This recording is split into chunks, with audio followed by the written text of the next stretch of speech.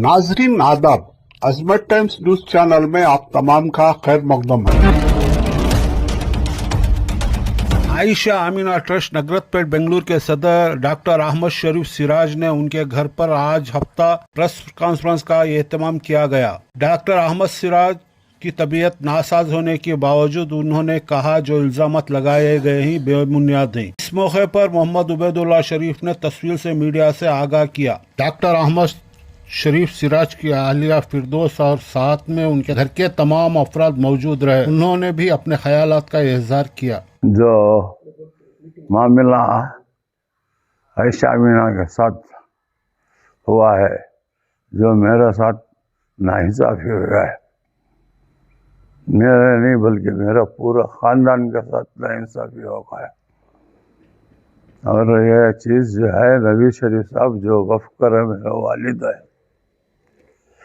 और जो इनका मेजरमेंट सब दिया कि ही पूरा गलत है, हर चीज़ गलत है इसके अंदर। रही बात जब इंसान होता है तो दुश्मन भी होता है, दोस्त भी होता है। ये पूरा रिवेंज है, चलते रहता है। रही दूसरी बात, मेरी तबीयत ठीक नहीं, थोड़ा मैं ज़्यादा बात नहीं कर सकता हूँ। मेरे तरफ से जो कुछ है जनाब उबैदुल्लाह शरीफ साहब आप लोगों को सब दिखाएंगे, पढ़ेंगे, बात करेंगे। मैं चाहता हूँ इसका फैसला जल्द से जल्द। अगस्त 2025 को कर्नाटका स्टेट बोर्ड ऑफ वक्फ की तरफ से अलसूर गेट पुलिस स्टेशन में एक कंप्लेंट लॉन्च किया गया और उसके बाद जो है एक एफआईआर भी दर्ज हुआ। अहमद शरीफ सिराज साहब के और आयशा अमीना ट्रस्ट के दूसरे ट्रस्टियों के ताल्लुक़ से के ख़िलाफ़ एक एफआईआर हो गया। एफआईआर में ये इल्ज़ाम था कि अहमद शरीफ सिराज साहब ने आयशा अमीना ट्रस्ट की जो जायदाद है उसमें 525 स्क्वायर फीट ज़मीन किसी को 5 करोड़ में फ़रोख्त कर दिया, जबकि ये इल्ज़ाम जो है बिल्कुल बेबुनियाद था। वक्फ बोर्ड को चाहिए था कि जब भी कोई कंप्लेंट आता है तो जो है आयशा अमीना ट्रस्ट के सेक्रेटरी सिराज साहब को या उनके ट्रस्टियों को जो है शोकास नोटिस इशू करना चाहिए था और इंक्वायरी करवानी चाहिए थी कि ये कंप्लेंट सही है या गलत है और कंप्लेंट करने वाला कौन है। कंप्लेंट करने वाला शख्स आयशा अमीना ट्रस्ट का साबिक सेक्रेटरी, जिसे आयशा अमीना ट्रस्ट के फंड्स का मिसयूज़ करने का जिन पे इल्ज़ाम था और उस इल्ज़ाम के तहत उनको निकाल दिया गया था, एक शख्स था। खैर वक्फ बोर्ड ने जो है बगैर किसी तहक़ीक़ात के, बगैर किसी इंक्वायरी के एक एफआईआर करवा दिया, जबकि इसकी असलियत ये है कि 10 अगस्त 1972 में हाजी नबी शरीफ साहब ने एक ट्रस्ट रजिस्टर करवाया गांधीनगर सब रजिस्ट्रार ऑफिस में। वो ट्रस्टार रहे, फाउंडर ट्रस्टी रहे, उनके साथ उनके बड़े फर्जंद मोइनुद्दीन शरीफ जो सिराज साहब के बड़े भाई थे, और नबी साहब के कुछ ख़ास रिश्तेदार और एक उनके दोस्त इब्राहिम खलीलुल्लाह खान साहब को लेकर एक ट्रस्ट बनाया गया था। ट्रस्ट का नाम आयशा अमीना ट्रस्ट था। आयशा जो है नबी शरीफ साहब की वालिदा का नाम था, और अमीना जो है अमीना जो है वो नबी शरीफ साहब की अहलिया और सिराज साहब की वालिदा थी। इनके नाम से ट्रस्ट बनाया गया और उस ट्रस्ट के कुछ अगराज़ व मक़ासिद थे, एम्स एंड ऑब्जेक्ट्स थे। तो उसके बाद जो है तकरीबन अक्टूबर के महीने में 1972 में ही 1972 में 2 महीने बाद जो है नबी शरीफ साहब अपने सरफ़ ख़ास से एक प्रॉपर्टी ख़रीदते हैं नंबर 5 और 6 सरदार पत्रप्पा रोड में। और वो प्रॉपर्टी वो जब खरीदते हैं तो वो आयशा अमीना ट्रस्ट के नाम से खरीदते हैं। वो भी गांधीनगर सब रजिस्टर ऑफिस में रजिस्टर्ड है। और जब वो प्रॉपर्टी रजिस्टर कराई गई उसमें खाली जगह भी थी और कुछ आउट हाउसेस भी थे। तो इन दोनों को लेकर जो है जब ये ट्रस्ट बनाया गया उसका जो टोटल मेजरमेंट था 6541 स्क्वायर फीट था। समझ गए आप। उसके 10-12 साल बाद 1984 में 1984 में डॉक्टर मुमताज़ अहमद खान साहब जो है इसके सेक्रेटरी बनते हैं इस ट्रस्ट के। और वो जो है इस ट्रस्ट को वक्फ बोर्ड में रजिस्टर करवाते हैं। वक्फ बोर्ड जो है इस ट्रस्ट को रजिस्टर करता है 18 तारीख अक्टूबर के 1984 में 1984 में। और बाकायदा जो है एक, क्योंकि गेजेट नोटिफिकेशन पहले हो चुका था 1965 में, तो एक सर्टिफिकेट ऑफ रजिस्ट्रेशन उन्होंने इशू किया। और वो सर्टिफिकेट ऑफ रजिस्ट्रेशन जो है 6050 पर 8.76 स्क्वायर फीट। ये सर्टिफिकेट ऑफ रजिस्ट्रेशन जो है ये कर्नाटका स्टेट बोर्ड ऑफ वक्फ से लिखा दिया गया है। ये रजिस्ट्रेशन होने के बाद जो है ट्रस्ट चलता रहा। बाद में 2020 में जो है वक्फ बोर्ड और माइनॉरिटी वेलफेयर डिपार्टमेंट जो है बेंगलोर के कमिश्नर, बीबीएमपी कमिश्नर और असिस्टेंट सर्वेयर को जो है एक काम देते हैं कि 20 प्रॉपर्टीज बेंगलोर में है, इसका सर्वे करके हमें डिटेल दिया जाए। तो वो सर्वे होने के बाद जो है एक नोटिफिकेशन, गेजेट नोटिफिकेशन निकलता है ये रेवेन्यू डिपार्टमेंट से। और उसमें जो है 19वें नंबर पर आयशा अमीना ट्रस्ट का जिक्र है। और उसमें यह कहा गया है कि जो जगह आयशा अमीना ट्रस्ट की है इसमें जो है ये जगह 5003 स्क्वायर फीट है। कितने? 5003 स्क्वायर फीट।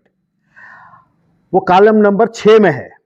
और कॉलम नंबर 16 में ये लिखा गया है एज पर CR यानी CR certificate of registration total extent of land 5978 square feet, 5970 पर 8 स्क्वायर फीट है। और एंजॉयमेंट में 5003 स्क्वायर फीट है। कम कितनी है? 970 पर 4 स्क्वायर फीट। ये एक रजिस्ट्रेशन सर्टिफिकेट वो भी वक्फ बोर्ड का है। ये जो आपका गेजेट नोटिफिकेशन है ये भी वक्फ बोर्ड और रेवेन्यू डिपार्टमेंट का है। कौन सा सही है? ये 2000 में ये नोटिफिकेशन आने के बाद जो बकिया ज़मीन थी, सिराज साहब ने ये समझा कि ये ज़मीन जो है वक्फ में रजिस्टर्ड नहीं है, किसी के नाम पे नहीं है। तो मालूम किया तो इनको मालूम हुआ बीबीएमपी ऑफिस में कि ये ज़मीन जो है इनके वालिद के नाम से है। तो उस जिसमें से 525 स्क्वायर फीट ज़मीन इन्होंने अपने बच्चों के नाम, बेटियों के नाम पे जो है गिफ्ट कर दी। बाद में जो है वो गिफ्ट होने के बाद उस जगह में 525 स्क्वायर फीट में 6 दुकानें तामीर की गए। और ये 6 दुकानें जो है उन्होंने अपने बच्चों के नाम पे रजिस्टर करवा दी। ये रजिस्टर होने के बाद ये 2023 में रजिस्टर हुई है। तो 2 साल सब खामोश रहे, किसी को कुछ नहीं मालूम। 2 साल बाद जो है 25 में कुछ लोग वक्फ बोर्ड पर दबाव डालकर, जो सिराज साहब के यूँ समझिए दुश्मन थे या जो नहीं चाहते थे, इन लोगों ने वक्फ बोर्ड पर दबाव डाला। खुद मेरा भाया, जिसमें इनके खानदान के भी कुछ अफराद हैं। वक्फ बोर्ड को चाहिए था कि ये कोई उनके पास पिटीशन आता है तो इसकी इंक्वायरी होनी चाहिए। ये नहीं हुई। वक्फ बोर्ड में कुछ लोग जो है वक्फ बोर्ड के कुछ मेंबरों को इन्फ्लुएंस किए, कुछ सियासतदानों को इन्फ्लुएंस किए। इसके बाद जो है 18 अगस्त 2025 को, उसके बाद जैसे ही इसकी खबर फैली, आपने भी देखा कि किसी ने प्रेस कॉन्फ्रेंस की और कई इसमें जो है ये आया भी था। एफआईआर के लिए बहुत जोर डाला गया, काफ़ी दिनों तक जो है एफआईआर होने से रोका गया था। एक सियासतदान, मैं उनका नाम नहीं लेना चाहता, और कुछ मेंबर्स उस वक्त के सीईओ पर, अब जो मौजूद है वो सीईओ नहीं थे, उस वक्त के सीईओ पे दबाव डाल के ये एफआईआर करवा दिया। जैसे ये खबर फैली, सिराज साहब बीमार थे, कुछ वो रोज़ वो डॉक्टरों के पास जाना, हॉस्पिटल के पास जाना था, तो उनके बच्चे, उनकी फैमिली मेंबर्स, उनके दामाद सब मिलकर ये सोचा कि हाजी नबी शरीफ साहब जो 6500 स्क्वायर फीट ज़मीन आयशा अमीना ट्रस्ट के नाम से करते हैं, 6050/3 कुछ भी है, तो ये 525 स्क्वायर फीट किस बात की है? जबकि इन्होंने कई पैसा लगाकर वहाँ पे जो है दुकानें भी बनी थी। इन्होंने ये तय किया कि ये ज़मीन भी मैं अपने वालिद के नाम से, हाजी नबी शरीफ साहब के नाम से ट्रस्ट को रजिस्टर कर देता हूँ। जबकि ये प्रॉपर्टी जो है 1,50,00,000 के करीब बेच दी गई थी। तो तमाम पैसे वापस देकर जिस शख्स को इन्होंने बेचा था उससे वापस ले लिया, और वो भी सब रजिस्ट्रार ऑफिस में रजिस्टर्ड है, डॉक्यूमेंट यहाँ पे मौजूद हैं। वापस सिराज साहब अपने नाम से खरीद के वो प्रॉपर्टी फिर जो है दोबारा आयशा अमीना ट्रस्ट के नाम से रजिस्टर करवा दी। अब मसला कुछ भी नहीं रहा, जबकि ये ज़मीन उसमें वक्फ में नहीं थी, ट्रस्ट में नहीं थी। तो उनका ये कहना है कि हमारे वालिद साहब ने कई इदारे बनाए, तो ये 525 स्क्वायर फीट लेके क्या करेंगे, जिसमें तकरीबन 1,10,000 माहाना किराया आता है। इन्होंने किराया, जगह जो तामीर की थी, वो खर्च सब कुछ जो है अपने वालिद के नाम से फिर आयशा अमीना ट्रस्ट को डेडिकेट कर दिया है। अब इनका यह मुताल्ला है कि वक्फ बोर्ड फौरी तौर से जो मैंने जगह आयशा अमीना ट्रस्ट के नाम से दी है, उस ज़मीन को वक्फ के तहत लेकर एक कॉरिजेंडम रिलीज़ करे और वक्फ में उसको जमा ले, और जो बेबुनियाद एफआईआर हुआ है उस एफआईआर को फौरी वापस लिया जाए। वरना जो है आइंदा आने वाले दिनों में नबी शरीफ साहब जैसा कोई आदमी आके जो है ना ट्रस्ट बनाएगा, ना कौम की खिदमत करके जो है वो इदारे जो है वक्फ में रजिस्टर कराएंगे।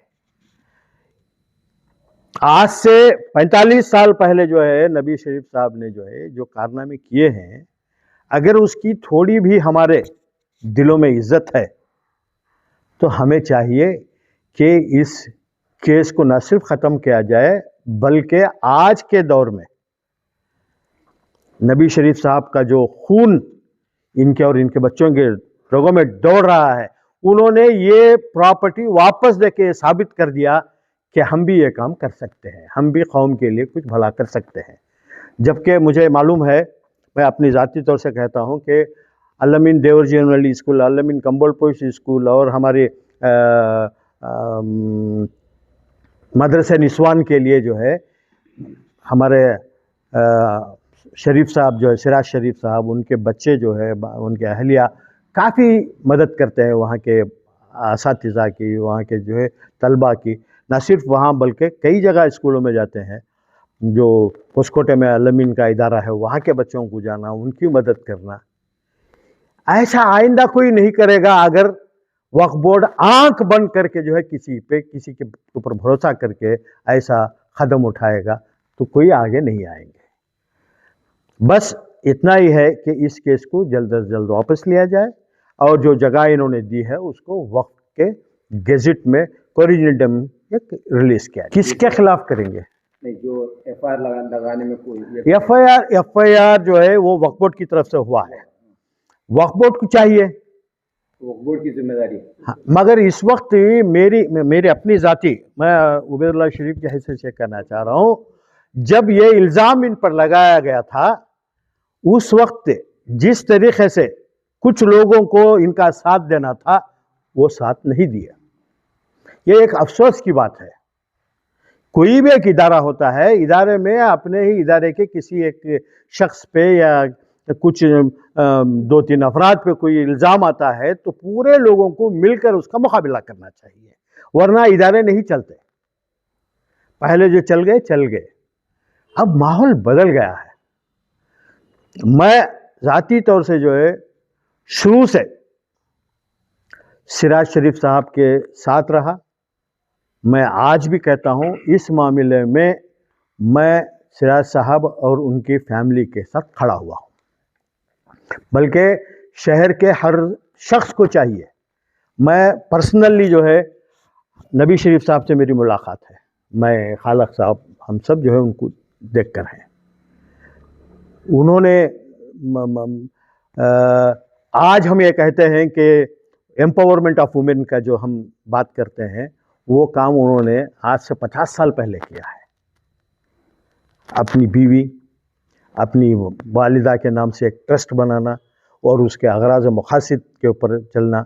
मैं सिराज साहब से और उनकी फैमिली से यही गुजारिश करूंगा, आयशा अमीना ट्रस्ट के जो अगराज़ मकासद हैं, जो एम्स एंड ऑब्जेक्ट्स हैं, उसके ऊपर आप चलिए और आपके ट्रस्टियों को चलने के लिए बोलिए।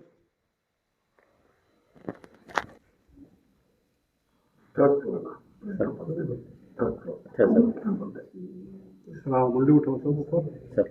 15 सितंबर 2025 को जो है ये प्रॉपर्टी सिराज साहब आयशा अमीना ट्रस्ट के नाम से जो ट्रांसफ़र किए हैं उसके कागजात हैं ये।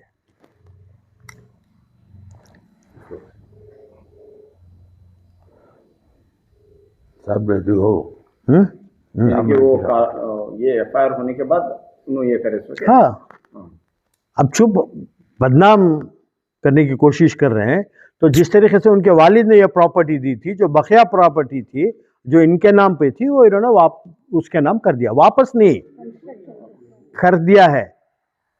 इनकी थी जो कंस्ट्रक्शन के 6 दुकानें जो कंस्ट्रक्शन किए थे, जो उसके ऊपर जो भी पैसा खर्च हुआ और जो आमदनी आ रही है, सब चीज़ जो है आयशा अमीना ट्रस्ट के नाम डेडिकेट कर दिया। अस्सलाम वालेकुम रहमतुल्लाहि व बरकातुहू। जी ये सब जो मसला आ गया सबको तो मालूम ही है, कोई नहीं जानता बोल के नहीं। जब हमने समझा कि जगह हमारे ससुर इनके वालिद की है, इसलिए हमने वहाँ पे कंस्ट्रक्शन किया था।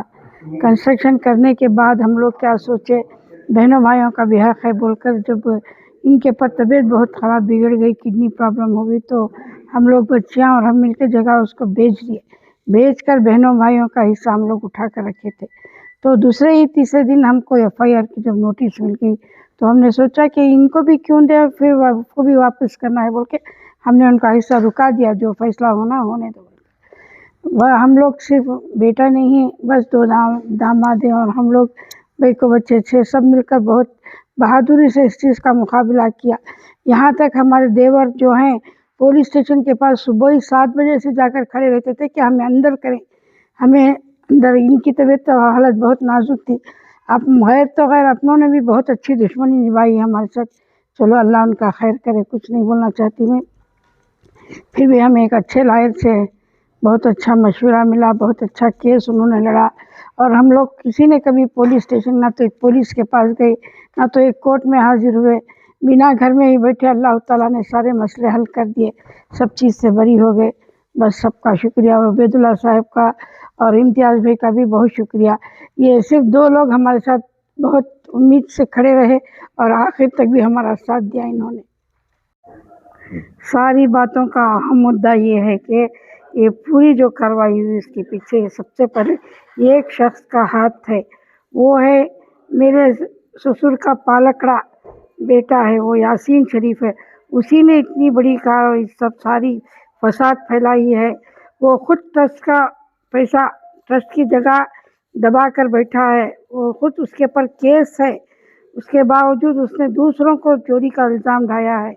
वो अपनी माँ की जायदाद खुद अपने नाम पर चोरी से सबके करवा लिए, ट्रस्ट की जायदाद थी वो, उसने चोरी से उस जायदाद को अपने नाम करवाई।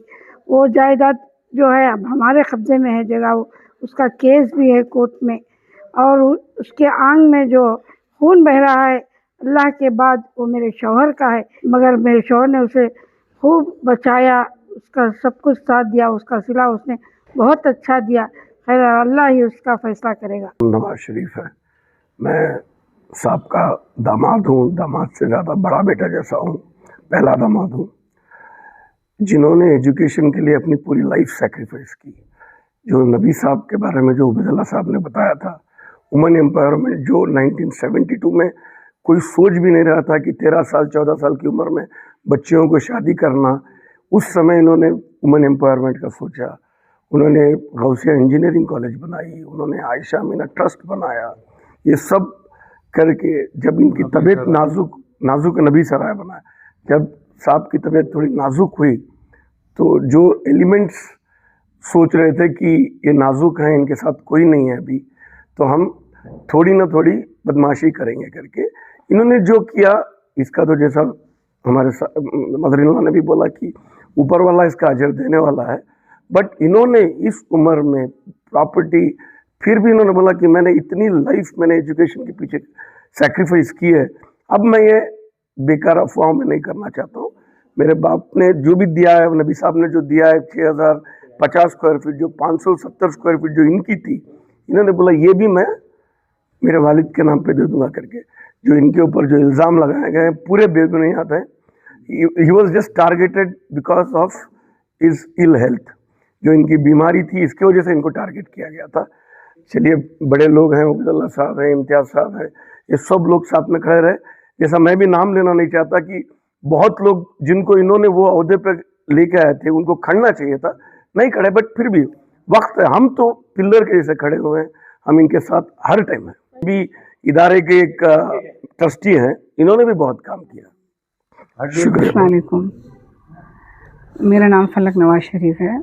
मेरे अब्बा का नाम सिराज अहमद शरीफ है, मेरी अम्मी का नाम फिरदौस उन्नेसा है। मैं 47 साल की हूँ। होश उस वक्त आया शायद 10-11 साल से सब कुछ याद है। मेरे दादा नबी शरीफ हैं, बहुत शान से फ़ख्र से कहेंगे कि सारे बेंगलोर में जो कुछ भी मेरे दादा ने किया है वो आज तक किसी ने नहीं किया है।